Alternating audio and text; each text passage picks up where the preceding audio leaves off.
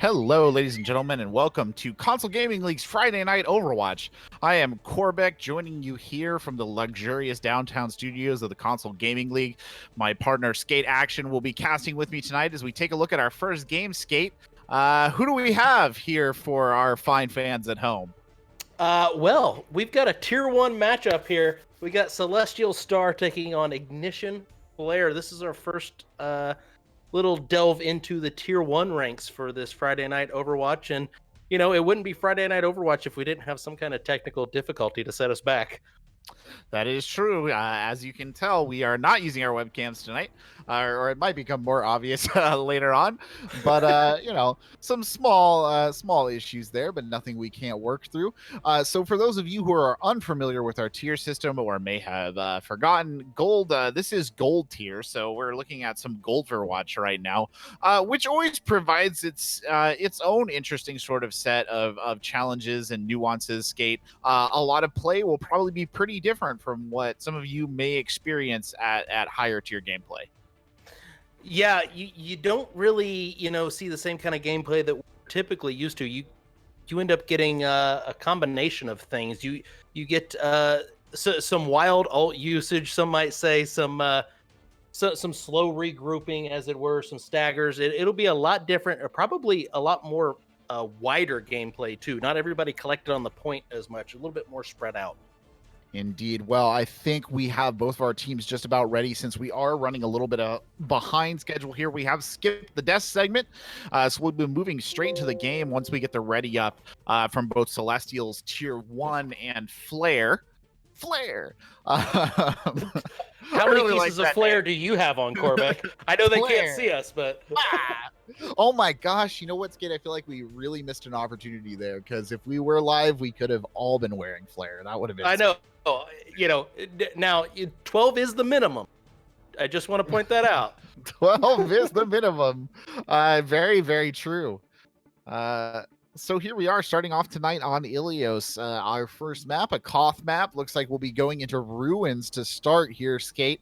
Ruins, it's one of the interesting aspects of Ilios, Skate, and I'm sure you'll concur with me, is that kind of all the sections here have their own unique sort of feel to them. How do you feel about, I guess, Ruins as a map?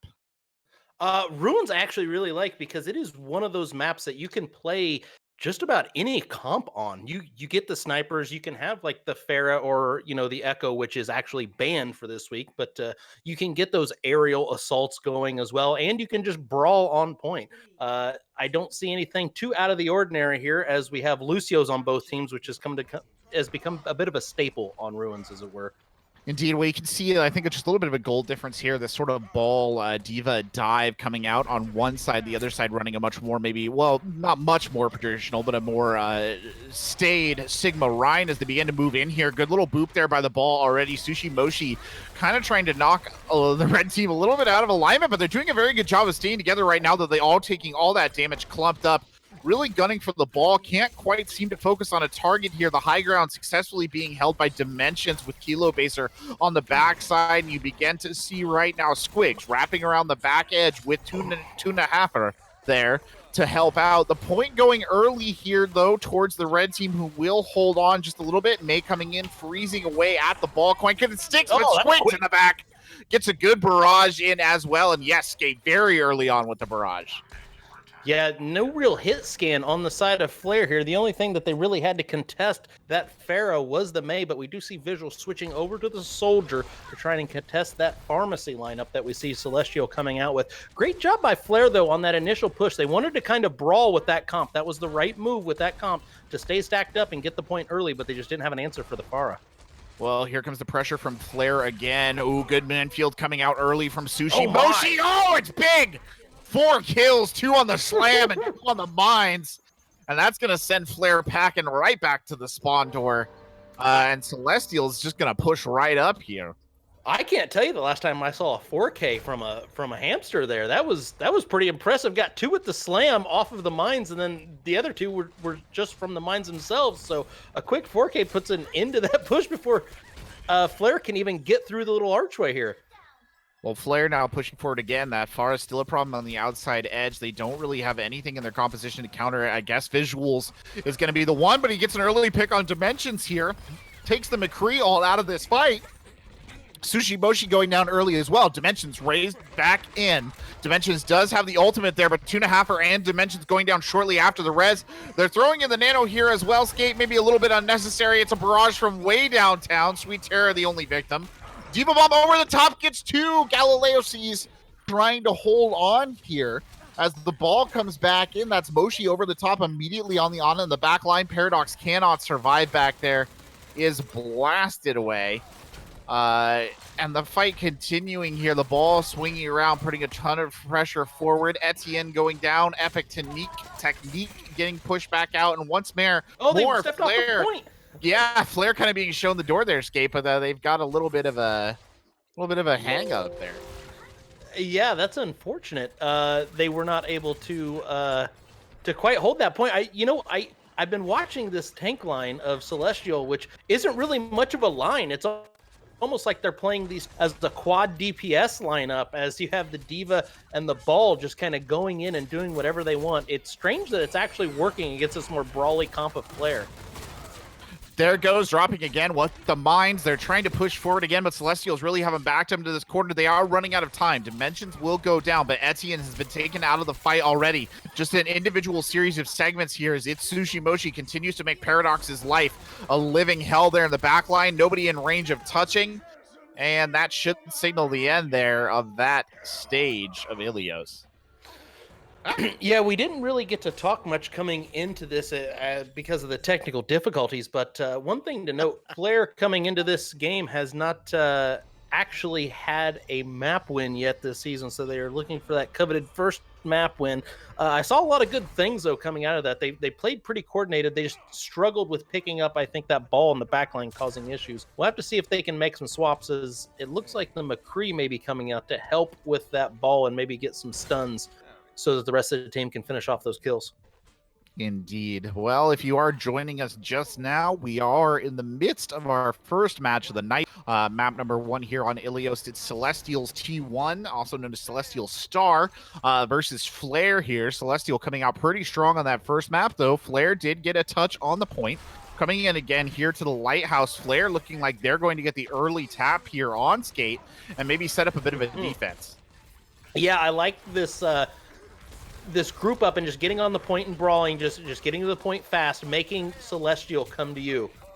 We'll have to see if it holds here. Here is Celestial pushing in pretty hard. This ball super disruptive here as they do their best on Flare to just hold on and try and take the point. No real kills coming in from either side. A good sleep on the hamster in the midst. Oh no, it's Sweet Error down first. Epic technique and Paradox quickly follow as It's Sushi Mochi continues to make Paradox's life rough. And this ball here has been doing all sorts of work, Skate. Yeah, this ball is all kinds of trouble for Flare right now. They seem to be searching here with no real solution on what to do. I wouldn't mind even seeing Header go over to maybe a Zarya to try and help with that Rhine and just stick with them. Maybe those bubbles get a nice high charge and be able to shred some of these targets. Indeed. Well, the ball continues to be a very disruptive force. You can see him already moving into the back line. It's Tsuchimoshi trying to get in, cause some more havoc, rolls off towards the backside. They've got the push up now, Flare, but it's a good punch in, though. Dimensions is the first one to go down. Visual Aesthetics goes not long after. Edian hitting a big shatter with the nano in there as well. Edian popping off. Go on then, Ryan. Going in and getting big, trying to get a couple more kills at the end of that, and they will take the point back.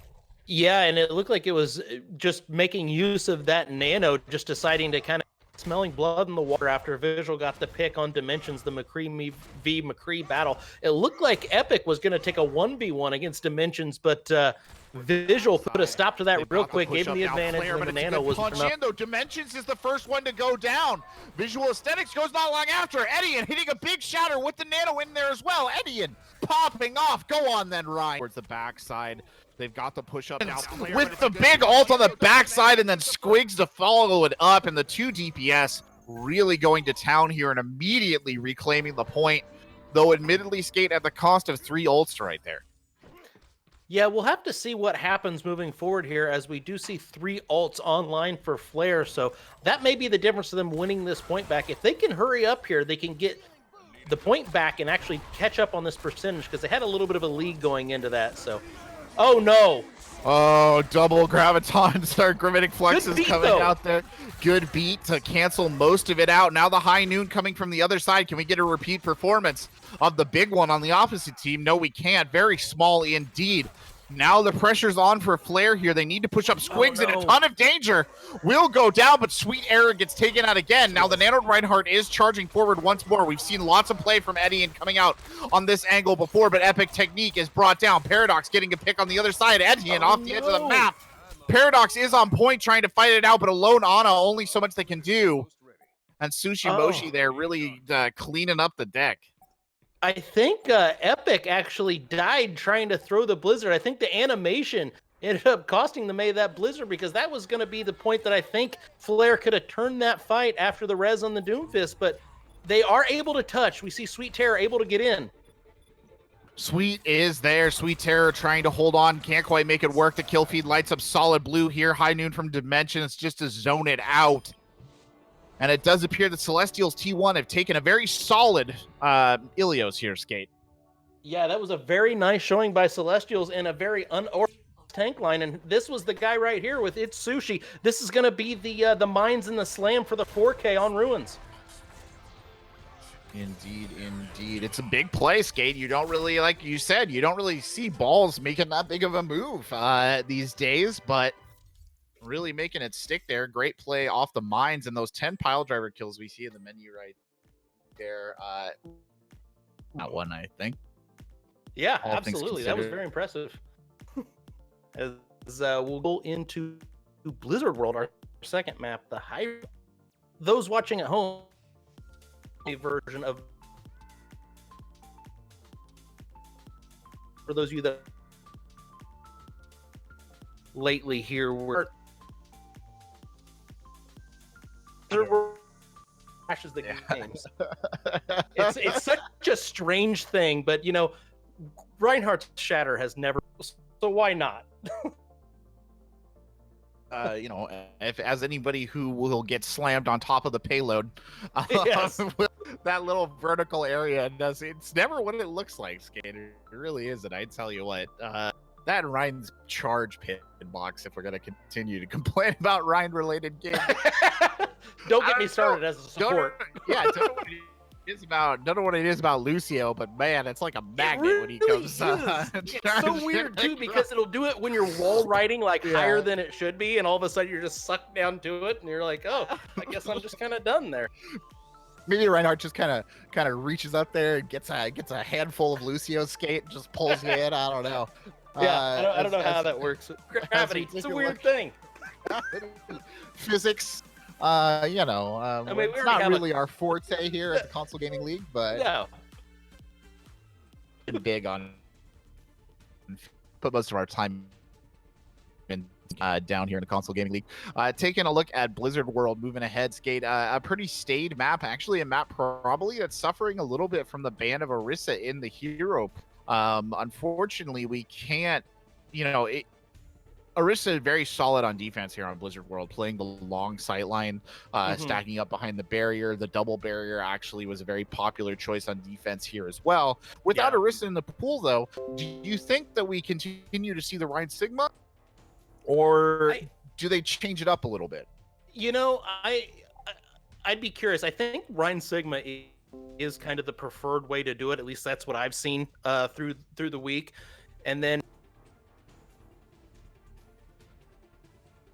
We are not. No, we're back. Oh, yeah, there we go. All right. Here, we're having all kinds of luxurious studios of Console Gaming League. I wish they could see these studios. They're fantastic. They are fantastic, Skate. We've really done a good job. Oh man! Here in the root cellar underneath Nips's house, running a not 2, not 3, but 4 potato server. Yes, it's very impressive. Latest Gold Overwatch, their latest technology. But I think those are Yukon Golds, is what those are. Pure, genuine Yukon gold, ladies and gentlemen. You can't get finer potato servers anywhere else in the mainland United States. You cannot. Reeling it back over to gameplay, though, I think we saw Celestials with their God gold. You see Celestials with their kind of divey playstyle. I assume that we're going to continue to see at least a little bit more of that. But even as I say that, though, it's Sushi Moshi is actually getting switched out in our lobby here, and Hobo Rockstar is getting swapped back in. So some changes maybe coming away from the ball, despite that being so successful. Yeah, I'm kind of surprised by that. I thought it kind of worked, and I've always been a big fan of, if it ain't broke, don't fix it. So Flare just proved that entire map that they didn't have an answer for the ball. So they must have some set strategy that just works better with this tank lineup of Hobo Rockstar and Galileo. Is that how we say that? Galileo. Yeah, I believe it's Galileo C. I'm not sure which one it is. I was calling him Galileo. Galileo is great. Galileo works for me. It does indeed. But yeah, Envy Desire coming in as well. So another change there. Dimensions kind of coming out. 2.5 are also coming to go back on the bench. Not as many changes on the other side. Epic Technique, Visual Aesthetics, Etienne, they're all playing in as well. So no major changes. Looks like we're just waiting up for the ready up from the teams before we get started in Blizzard World. Again, just to clarify, we are playing the winter map, mostly because we want to channel the spirit of Christmas in these dark times. Also because if Ryan shatters on the normal one, the game basically explodes. Yes, but more the former. But more the former, definitely. Definitely more the former. Gosh, look how festive this is. It's a great... Not gonna like. Can we just play this year round? Can this be the new default for Blizzard World? I actually love Blizzard World in general. Would you do. go? You would go, right, Skate? If it was absolutely. I mean, we're obviously a little bit older, so we've been around Blizzard games a lot longer than some of these have. That's true. And I've played through them all, from Diablo 1 all the way up through StarCraft and Diablo 2 and Warcraft 3 and the whole gambit of it. So I'd be there. I love it. One of these days, we'll see.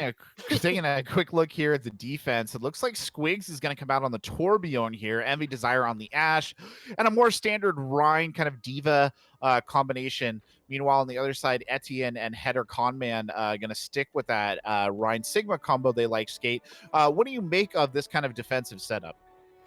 It looks like that maybe we saw Hobo come in because he is their Reinhardt player. We might guess he's kind of their shield player. So they're going to want that shield for the defense. So I do like that call then. But we got Galileo up on that diva, which we saw him on a little bit on Ilios. Flare coming out here. I would like to see a little bit of speed here, but we'll have to see how this Mercy Ana healing combo works on this attack. Coming in on the low ground now, trying to push there kind of out of lost and found. Getting stuck just on the outside edge. They are starting to put up now. Etienne's really letting them push forward here onto the lone Reinhardt down on the egg, but Paradox already down. Paradox res back in. Res. So Hobo Rockstar, the only real casualty, and the rotate will come around here from Flare, who are going to establish themselves on point. It's been a bit of a slow rotation here from the team, though Paradox goes down again in the back line, trying to duel it out on the backside. Turned Learner is down, as is Grayish Cat. But Squigs and Envy Desire now trying to fight it back. Great charge by Etienne across the map. Header Conman getting a pick as well. Can they hold off? It's just the tanks dueling it out. But there's an ace at the turret. And as well, Hobo Rockstar just dropping the hammer there, Skate. Yeah, and as we see, this version of Blizzard World shattering just fine. As we see the solo shatter by Hobo Rockstar onto Etienne. Oh my word. That was I didn't expect the shatter to come out there, but I didn't see what actually happened to the rest of Flare as they just got picked off. I watched Etienne come in and get the charge kill, and then the rest of the team just evaporated behind him. Interestingly enough, Squigs is the one getting the damage boost there up on the high ground as Epic tries to get up and force him off. Now the rest of the team Flare pushing up here, but Epic Technique is brought down early on. Etienne taking a fire strike to the face there, just kind of waiting for the rest of the team to regroup. They get the res on Technique, so they can continue to push this.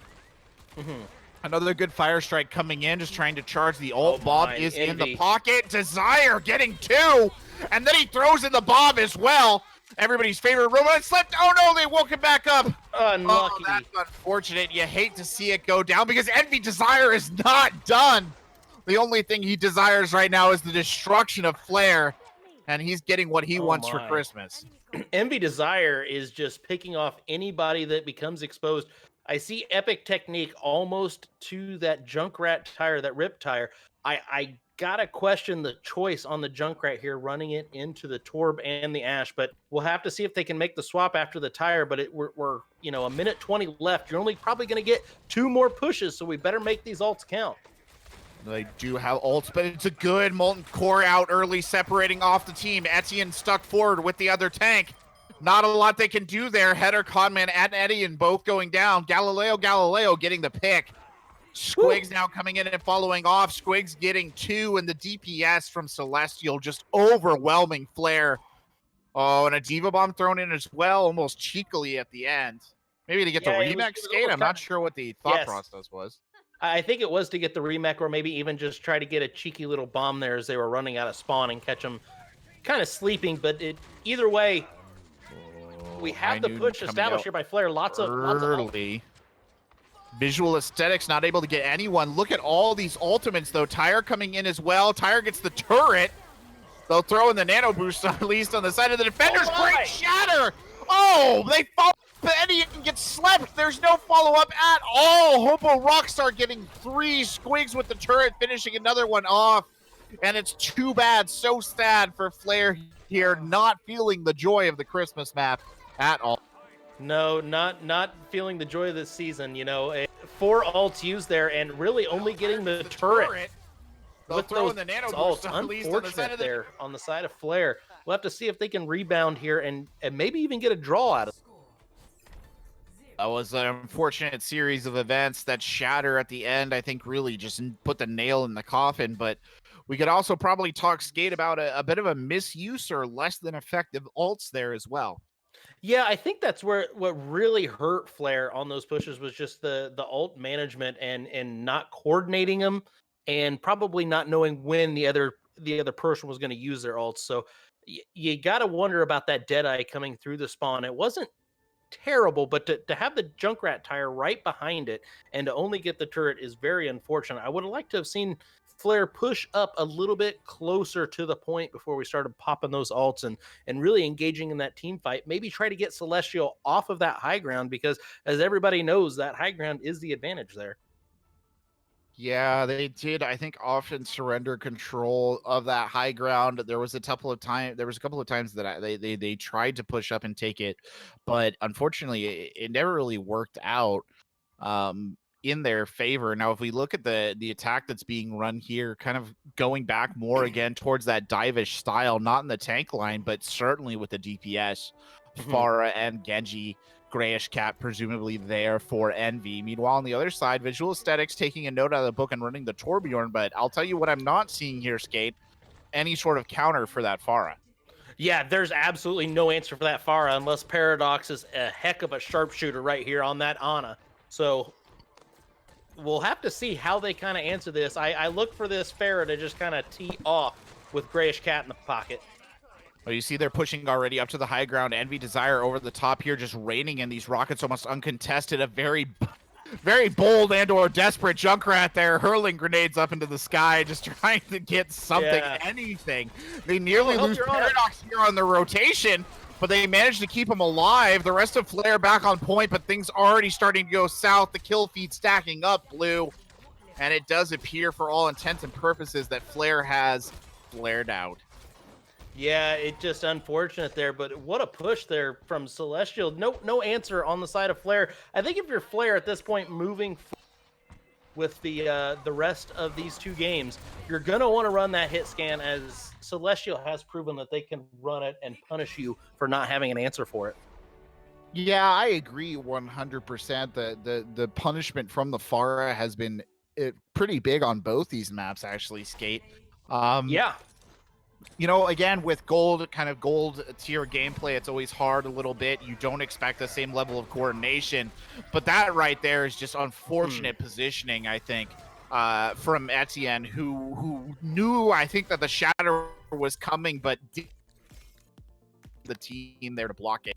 Very unfortunate indeed. Yeah, that's just really unfortunate, like you said. And I would like to see. I wonder how much the Moira ban is maybe affecting these teams as well. You don't know what they typically run to where I would maybe like to see a Baptiste on the side of Flare. Maybe the immortality can kind of bail you out of some of those sticky situations a little bit more than maybe the not saying the Ana's not good enough, but I think that extra added effect of that immortality field can really help sustain you in some of those fights.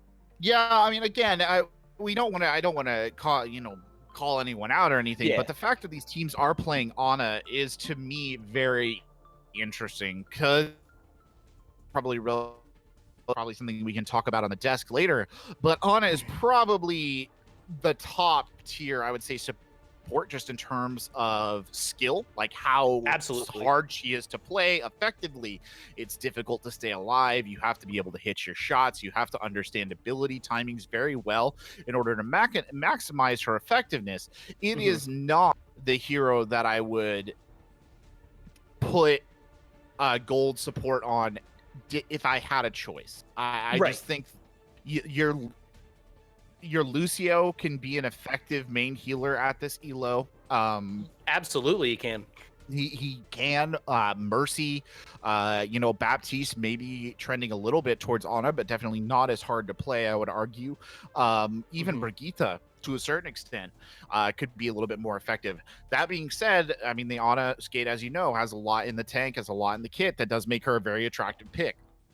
Yeah, absolutely. The anti-nade is massive. That is one of the biggest abilities in the game, and it can be a changer when you hit a big one, because unless you have a Zarya, there is no answer to that. You have to just kind of sit there and take those punches as they come to you. So you do.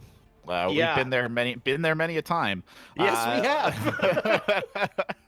Setting up, looking ahead, I guess, to our next map, setting up for that right now. A couple of swaps being made in the lobby. We will be pushing on to Volskaya here. Volskaya, 2CP, much loved, much hated. Volskaya, I think, one of my least favorite 2CP mapscape, but I don't know. What do you think of this one? I actually like Volskaya as the 2CP, as it were. We've expressed our lack of love for the 2CP map type, as it were. So I'm getting everything switched over here, but yeah, I just kind of like it because you do have a few different ways of attack once you get through the initial choke, and it like Ilios kind of plays its way into a few different styles. Yeah, indeed. And I mean, both these teams actually showed a willingness to run the Torbjorn here. So as someone who does like to kind of one trick the Torb on DPS for, pure entertainment value, it is it's actually a good map for a Torbjorn player who knows their way around it. It's also not a bad map for a Pharah. Again, putting, I think, Flare in a bit of a difficult situation here. And we do need to, I think, swap the team names in this lobby. Yeah, I will get those swapped. Just so we know that actually throwing me off here. Yeah, I was like, wait a minute, some things have changed. But yeah, it is a good map for Pharah, which again is going to put Flare kind of in the situation where I think they have to warm up to the idea of playing more hit scan.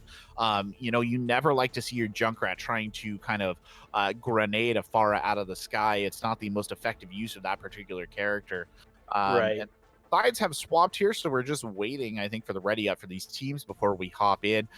For those of you who can't obviously see the screen at home, you should know that Flare are currently rocking Toronto Defiant icons, and Celestials have chosen the Chengdu Hunters to represent them, and that is one angry panda. Yeah, yeah, it is. That is. He just looks like he's grumpy. Really, it looks like a grumpy panda. He wants nothing to do with it. His teenage son panda just ate all the bamboo that was in the fridge. It's just very annoyed today. Love it. Looks like we're waiting for our ready up. A couple of small swaps here. Epic Technique will stay in, but the QWERTY way is getting put in here. Header Comment will be staying. Angry Gallo Paradox on the other side. Tuna Haffer and Dimensions coming back in to full things out. Ooh, and Sushi Moshi as well. Sushi Moshi, for those of you who are not here with us on Ilios, was playing that ball to great effect. Absolutely. Across the first map here, and I can see there are lots of opinions in the chat about Sushi's ability to play the ball, but at least against Flare it was having a desired effect. You know, you could have fooled me by the way that first map went. Yeah, indeed. It is a bit rough. Celestial in general, though, been playing very well. Maybe a little bit of a lack of togetherness. And again, I think Skate, this is a great illustration of gold level play, in the sense that the individual players playing probably makes more of a difference than your coordination as a team a lot of the time, your ability to pull off big plays. But that's not to knock these gold teams at all, because we know from experience that they are putting in a ton of work. Absolutely. And they do work the strategies and they do work the plans. And I gotta say, for a team like Flare who doesn't have a map win on the season, the unfortunate thing for them is the schedule has not been very promising for them. They have played nothing but teams with a winning record. It's just they got the top half of the entire league in their schedule. So I would be interested to see at the end of the year what their strength of schedule was. I gotta bet they were probably the hardest strength of schedule in this tier.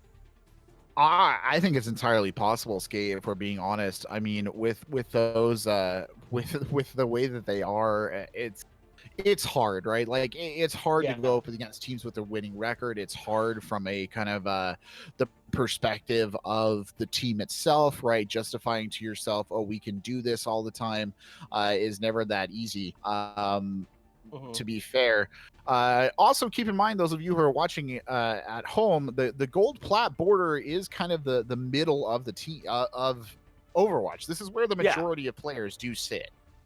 Yeah, this is that what is it, like 50% of all players I think are in this range, or something or 40% around there. Yeah, this is where the big overwhelming majority of the player base. And also, Remy, thank you so much for the Twitch Prime sub. We appreciate that. That's how we kind of keep the lights on here at these glorious TGL studios that you cannot see right now.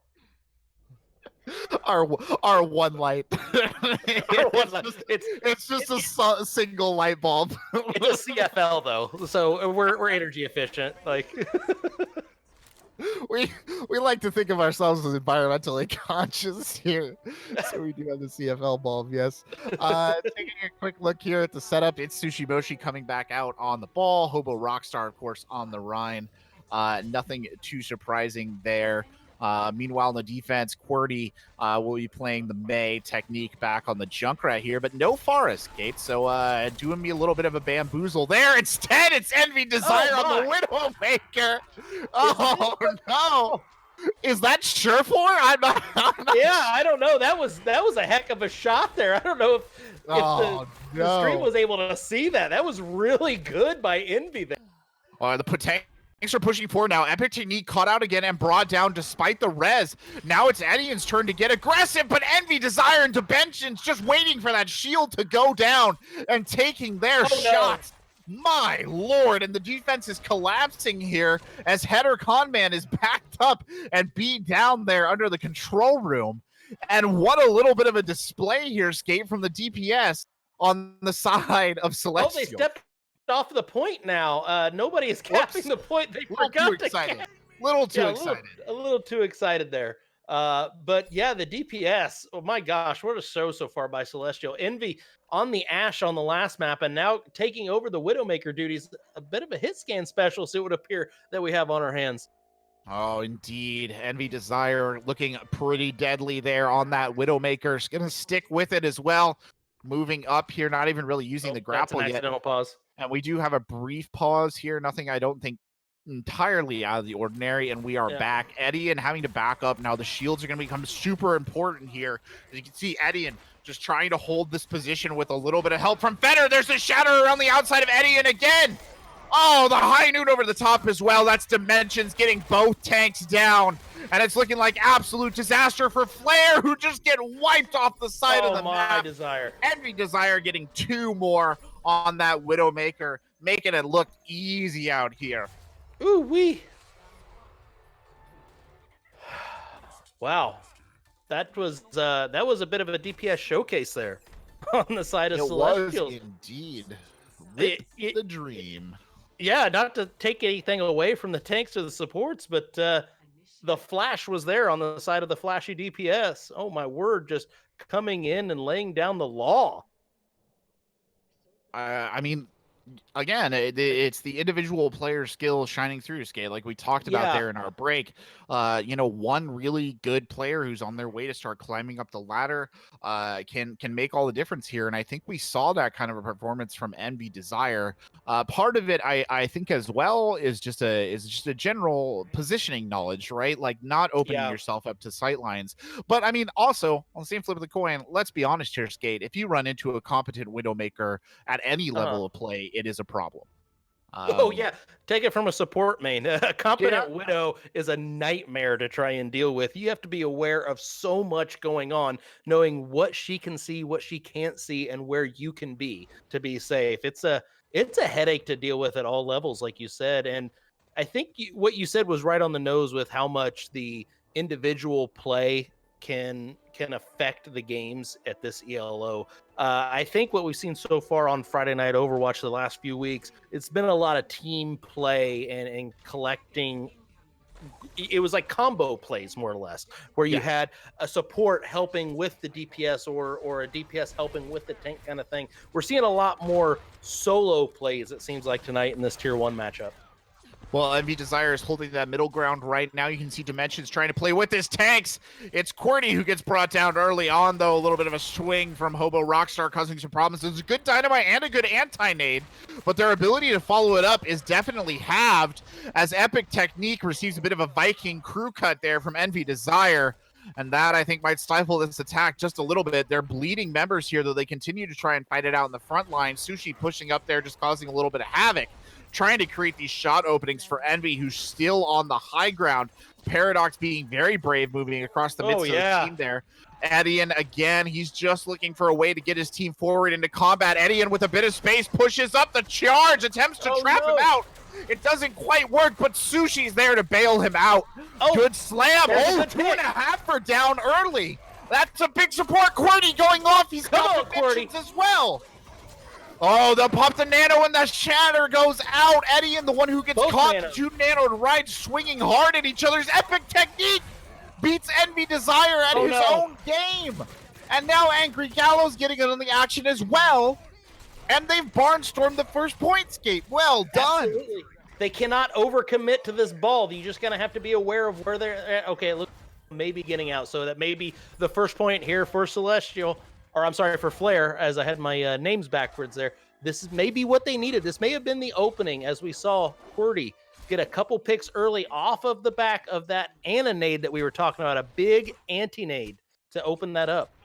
And Envy Desire has actually swapped over to the Ashe now, considering the pressure that they were experiencing from Qwerty.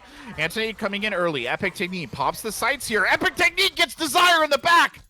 Great play by the Widowmaker there. They're going to push forward now. Edian gets slept early on, though. High Noon coming over the top. Might not get much value out of it. He gets no one. They invest the sound barrier, though. Paradox has been brought down. Sushi Moshi doing such a good job of focusing the Ana. Good Gravitic Flux coming in. Is it enough? It's got Envy Desire. Dimensions is taken out as well. The fight's starting to boil around the point. Hobo Rockstar trying to turn it around, swinging for the fences of the Reinhardt. Might just have managed to do it with a little bit of help there from the rest of his team. And Qwerty, the last one left alive, fighting a 1v1 with a very aggressive Mercy. Yeah, I think the difference actually in that fight when we talk about the deep... Oh, no. It looks like that shouldn't matter a whole lot, though. The only thing it really matters... See, Qwerty now has that blade online, but hats off to Turned Learner there on that Ana on the side of Celestial, able to keep Reinhardt up in the middle of all that mayhem that was going on the point. Oh no, Gallo and Eddie and pushing in kind of half-cocked there, getting wrecked on the front line. Sushi Mochi deploying the minefield again and once more claims Paradox as a victim. And that signals the end of the attack there. Epic Technique trying to fall back here, being pressured by Sushi Mochi the entire way. Sushi really being a pain there on that ball. Will eventually get them down, but QWERTY's got both supports. A little too late, though, I'd say, Skate, but still a good play nonetheless. Yeah, that's the problem with this 2CP, as Celestials will have everybody back before Flare can even really get grouped up here to make this push. That spawn advantage is so key on this second point of a 2CP map. Alrighty then. Yeah. Well, here they come, starting to push forward now. Flare feeling the pressure here, wanting to make it stick. They have the blade, but Gallo gets taken down early. It's Mochi again. Really just causing havoc. The epitome of a ball player in the back line right now. Nano Boost going to be invested here on both sides, but it's going to go in favor of Celestials, who are just going to slam forward as Header Conman is brought down as well. And Skate, they're really struggling to get forward here without Sushi Mochi just causing them tons of damage.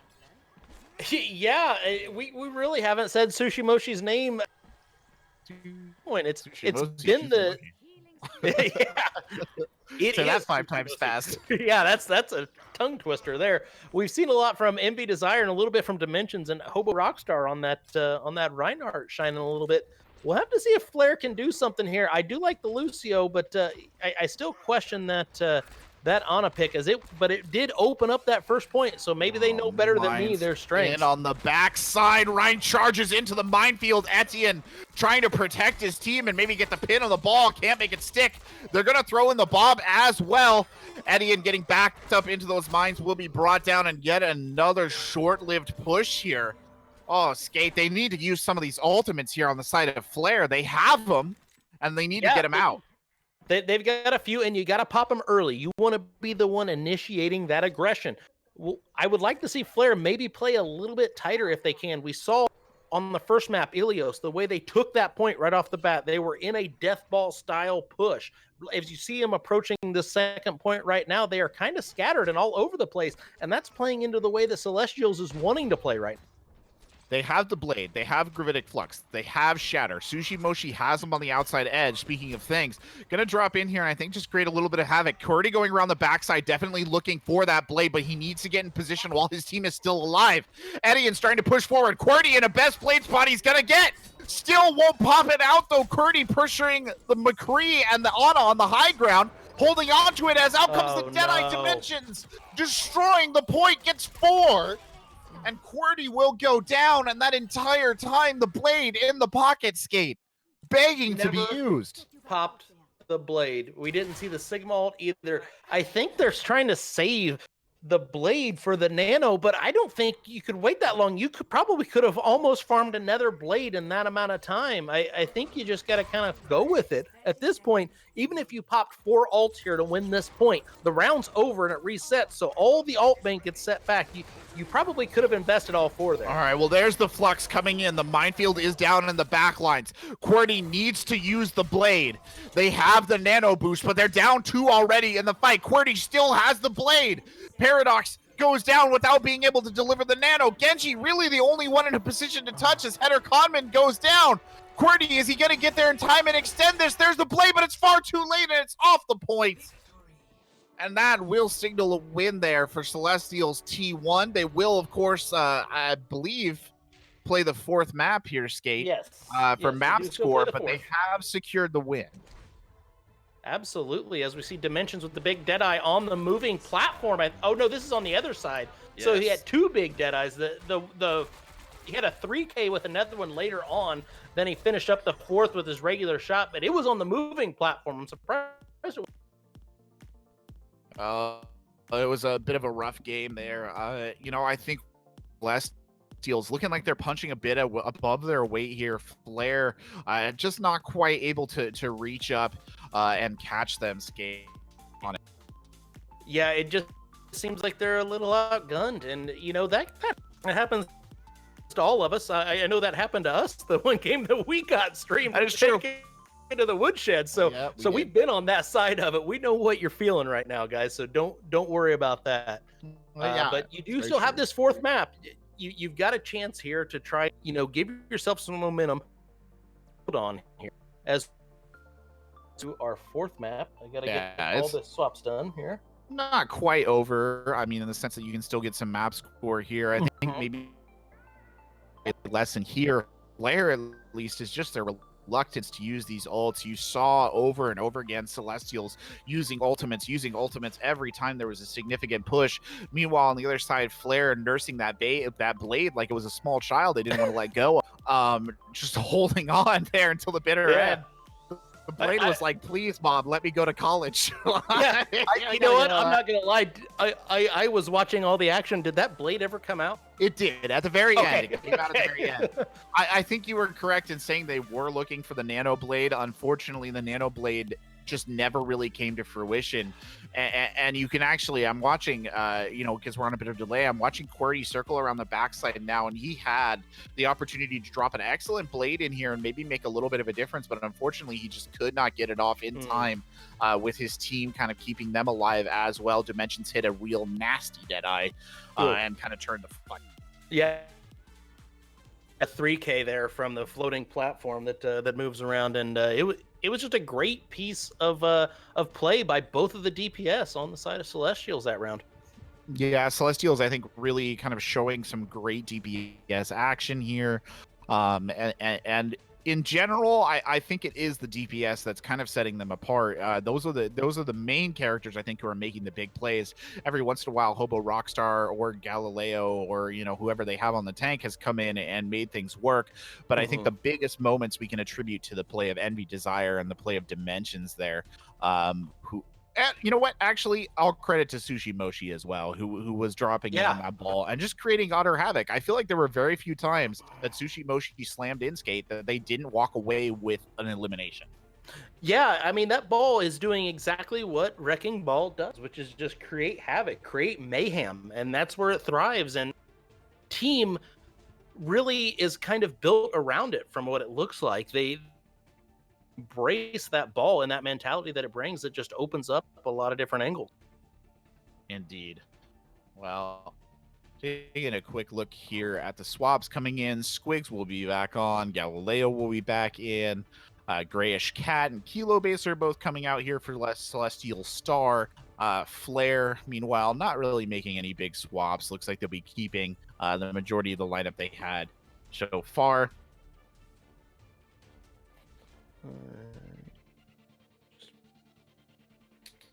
Just waiting on one player. It looks like the person they're going to put in is not in the lobby, so I'm waiting on that, and they will get them in, and we will get the last map underway. For those of you who are currently roasting people in the chat for not using their blades, please, hold off on insulting people for being responsible with their social distancing practices.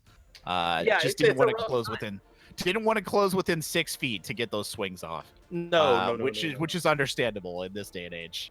Absolutely. Yeah, you can never be too careful out there. I mean, it's a global pandemic, if I may be redundant there with my verbiage. We just had Bullskunk type here in our chat that we keep an eye on AKM Blade. That is a very good callback. To be fair, the pros do it too. So, all things considered, we're here. Anyway, taking a quick look at our next map here, we're gonna go to Dorado. Flare just wants that one map here, at least get a little bit of the score in. But Dorado, I think, posing some of the same challenges that we've seen on previous maps. Skate, it is a good Pharah map up until the end. Looks like Epic Technique is going to be moved out here, so we're getting a substitute in for him. But it is a good map for Pharah. It is a good map for the style that Celestial Star wants to play. And I think that's why we're still seeing Sushi Moshi in here on the line. Yeah, I gotta believe that. We saw this tank lineup on Ilio on the King of the Hill maps, so I would not be shocked if we see Sushi on that Wrecking Ball, and then probably Galileo on that Diva as well.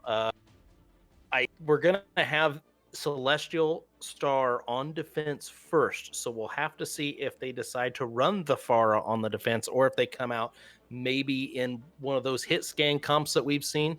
On the attack, I would definitely see the Pharah, I think, on the side of Celestial. We'll have to see what Flare can do here. We're gonna get that sub in for the tank, so we're gonna get a tank swap here on the side of Flare. Indeed. Well, it has been a bit of a rough night for Flare, currently sitting at 3-0 here as we go into our last map. You can see, I think, on your screens the map's scores as they were. It's been rough. We've seen a couple of moments from Flare where they've looked, they've been flaring up, for lack of a better word. But then Celestial Star has kind of come in and put the hammer down. I would say, Skate, though, Celestial Star, probably one of the strongest squads in the Tier 1 bracket in general. And I think they're out here kind of demonstrating that for us tonight, really proving a point on display for everyone to see. Yeah, they're doing a great job. They have impressed me with this DPS play and the tank play. They have just been, hard to contain on the side of Flare. And I don't think Flare is a bad team by any stretch. I think they've gotten a very, very bad end of the stick as far as the schedule goes, because if you flip this around, I think they can compete with a lot of these teams because they do a lot of good things really, really well. It's just, I think they ran into a bit of a buzzsaw here tonight in a Celestial squad that really, I think the maps have really played into their advantage in their play style a lot too. Funny enough, Skid, I was just thinking about that. Most of these maps, or the maps that we've seen so far, Blizzard World and Volskaya, if the defense on Volskaya is not well organized, it does very much fall prey to kind of those fast, divey, disruptive comps that really close those large spaces, large areas of ground pretty quickly. And the same thing can be said for Blizzard World as well. I think it's one of the most interesting, and at the time that it came into the rotation, perhaps dive wasn't as big of a thing, but it was definitely a map that could rotate in an interesting and effective dive a lot of the time, and it does have kind of the high ground differences, especially that first point kind of wide open, and a lot of opportunities for that as well. And then going into Dorado, I mean, this is one of the classic dive maps in a lot of ways. Show all things that have played to the hard parts of Celestial Star and their style, not to mention that we are seeing a map with bans. We don't know if perhaps Flare prefers the Orisa as their main tank. And, while we may say in the higher rank, your ability to flex as an individual is a key part. Down here in these lower elos, a lot of people specialize in just one or two characters. And if your tanks are Orisa specialists, you are at a disadvantage when Orisa is on the bans list, which of course, go ahead.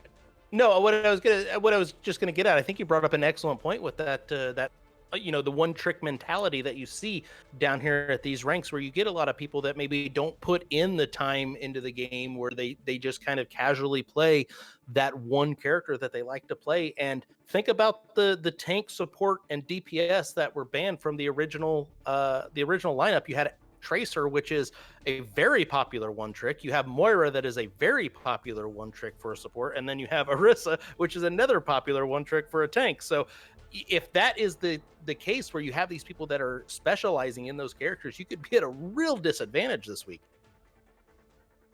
I mean, it just is true. And I think we could use this as a segue to talk about the more recent news that has come out of Blizzard today about their moving hero bands up to Masters and Grandmasters only.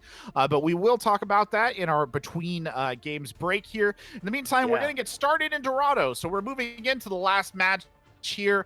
It is a T1 gold tier matchup here between Celestial Star, Flare, and Celestial Star has been running the table on Flare. One last chance for them to try and turn this one back around and at least walk out of this with a map win.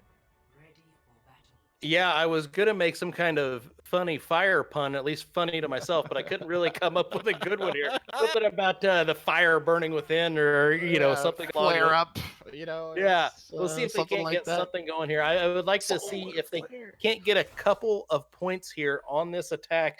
Just something to kind of hang your hat on. They did get that first point with a lot of time left on Volskaya, so that they do seem to have progressed to where they were able to find some things that work. So we'll have to see if they can't, well, I talked about Celestial and that tank lineup, and it looks like we Yep. are going to see those dive tanks on the side of Celestial. So we'll have to see if it works on defense here.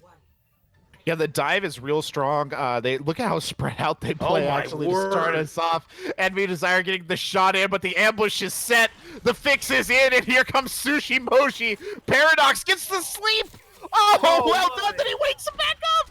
Oh no, Qwerty goes down. That's tragic, though. They had a great sleep on the hamster in the back line, and they can't take advantage of it. And you can see right now that they're just trying to push forward here. Good anti-nade will cause some problems there for Sushi Moshi, but Squig steps in and just starts pounding away with the Doom Fist. And now it's Yeah. just cleanup duty outside the spawn door for all Big intents and stagger here. purposes. Good sleep again, though. Paradox getting Yeah. Galileo there, taking a bit of a nap on the outside edge. Flare wisely regrouping inside the spawn door here, just waiting for everybody to come in. You might as well. There's nothing really to lose here, so just regroup in the spawn door before you make this push. They are a fairly anti-dive comp. The only thing I could really think maybe else you could go is Brig to try and help with this, but Celestial just executes so well. Celestial coming off, already sectioning off Header Conman, who does go down. In comes the slam again from the ball. Kilo Baser getting in, kind of trying to get around and get some boosts as well. Just keep making Edian's life difficult. The minefield in the back line separating Edian off from his tanks. He's backing up. He will go down. There was a solid anti-nade at the tail end there, Skate, but not enough to save them. And they'll be back in spawn again, though Paradox is nearly at the nano boost here. No, yeah, and I think what is to be noted there, from what I saw, it looked like Sushi Moshi just came right through the middle of Flare, dropped those mines in behind. Sushi Moshi on the backside. Paradox in danger. Squigs coming in, goes for the punch. Squigs somehow doesn't get a kill there. Oh, and then he gets two. Envy Desire barely contributing on the outside end says, hey, leave one for me. As Squigs comes pounding through again. Squigs still going. There's Edian down as well. Oh Sorry to cut you off there, Skate, but No, my you're lord, good. it was popping off. The action started coming fast and furious, but what I was getting at was Sushi had dropped those mines in behind the line of Flare, and Flare's just backed up right into him. You got to wonder about the communication on the side of Flare, if maybe the frustration is getting the better part of him. I've been there. Oh, no. Oh, Bomb gets Qwerty in the back line. Good sound barrier there, actually, to protect the team. Good instincts there by the Lucio player. Angry Gallo trying to keep people alive. Now they're pushing forward. Oh, no. Header Conman going down early. There's the minefield, and it's swept again. You hate to see it. Yeah, and I think the difference between these two teams, I think what I'm seeing from Celestial is the target prioritization is just a little bit better than what Ignition Flare has right now. I've seen a few times where maybe the target calling or the prioritization could have been a little bit different on the side of Flare, and you hate to see him get spawn camped here. Oh my. Yeah, they're really struggling to get out the door here. This disruptive style coming out just has them on all sorts of tender hooks. They have 3 ults, nearly 4 in the bank if they can get them off. Sushi Moshi does go down, so that's a decent pick to start him off. Not to get too excited, but Squig says, oh, it's okay. You don't need to get hit by the ball when you can get hit by a fist. And he's going to try and make all the difference. There's the Meteor Strike over the top. Doesn't even need it. Header, you feel the desperation coming off of the Sigma here as he's trying to push out alone. He nearly has his ultimate here. They have 3, maybe even 4 ults in the bank if they can get them off. And they need to get them off, Skate. Yeah, I don't know. It may be too little too late. We'll have to see, as it looks like Celestial is scattered a little bit. They're starting to backtrack. Good hammer down from Eddie, and can they get Kilo Baster? He would be the one they need to get. No! Out comes the sound barrier. Bomb over the top. They're going to die with so many ults in the bank there as Header Conman goes down. Qwerty holding on to the Deadeye. Knows he won't be able to turn the tide with it whatsoever. Etienne, the lone hero, the Reinhardt swinging away, can't make it stick. And that is curtains, though Sushi Moshi just gives them that extra boost right there at the end. Yeah, my word, as we see where the payload got to. So, well, we'll have to see if Flare can stop this push. 34.78 meters. Not a long way to go, but there are some strats for defending this, and we'll see if Flare has one of those up their sleeve. Yeah, we will see if they have anything in the bank here. I mean, Flair faced with an incredibly tall order, but perhaps Yeah. not the unexpected result of that attack, Skate, given how things have been going so far this evening. Yeah, we kind of prefaced it before this map started that it just kind of played so well into what Celestial does that it's almost like we were prepared for that to be the case going into it. And Celestial has just executed that to perfection so far. And that's really been the difference, is the execution. Let's see what they've got in the tank for us here on the defense. It'll be Visual Aesthetics on the May, QWERTY coming back out on the McCree, Etienne on the Roadhog, Header Conman playing the Rhine, Angry Okay. Gallo switching over to the Brigitte, and Paradox staying on the Ana. Maybe just too little too late, though. I mean, some solid anti-dive options in that setup state. Absolutely. I talked about the Brig. You could probably bring the Brig in, and apparently Angry Gallo heard me, as we're going to see the Brig now. And it may be just that they don't have support players that are comfortable on the Brig. And at this point, you got nothing to lose, so you might as well. And they're pressing up too. They're not going to hold any high grounds or anything fancy like that.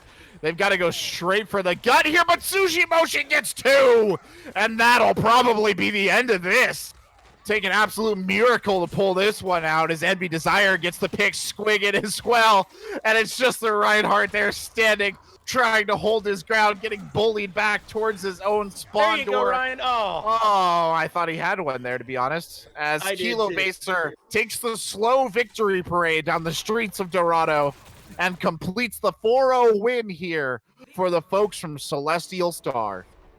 Just an absolute domination on the side of Celestial. Great job by them to execute their game plan. It definitely looked like they were making swaps, 3 or 4 people every map, so they knew exactly what they wanted to do for each situation, and then they just executed it to perfection. Hats off to them.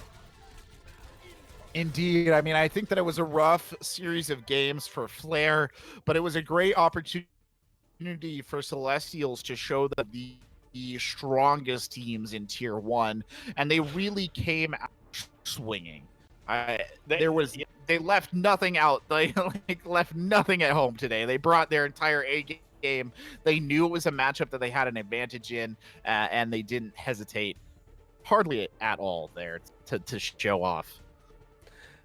Yeah, and both of these teams are really excited just to be a part of Friday Night Overwatch, and I'm glad they showed up and let us cast the match too to show it. We wanted to get some Tier 1 action, and there you go. That was some prime Tier 1 action. You got to see a little bit of everything on the Tier 1 side. Very, very true, Skate. At the end of the day, of course, it is that 4-0 win for Celestial Star, but we're so happy that, we are able to bring you a slice of life down here in gold and show you guys how these teams kind of play. And you know what? I think one of the most important takeaways here is there are some really good players even down in Tier 1. I mean, we saw fantastic plays coming out of Envy Desire. We saw Sushi Moshi popping off. Yeah. We saw great stuff from a lot of our DPS. And on the other side of the ball, Etienne really put some work in there. Paradox on the Ana was hitting good anti-nades and good sleeps for what they were worth. So it was a great display, and I don't think either of these teams have really shamed down here in showing us how it so once I think the confirmation here, we're going to be taking a quick intermission, and then we'll be back with our desk segment in between games. Got an opportunity, I think, to talk with you guys about some of the changes that have been made in Overwatch late breaking news recently. Late breaking news as we were coming to air. As we were coming to air, and then of course we will have Celestial, our second game of the night, Seattle Peaks versus Double Dinkers. All that and more coming up after this intermission.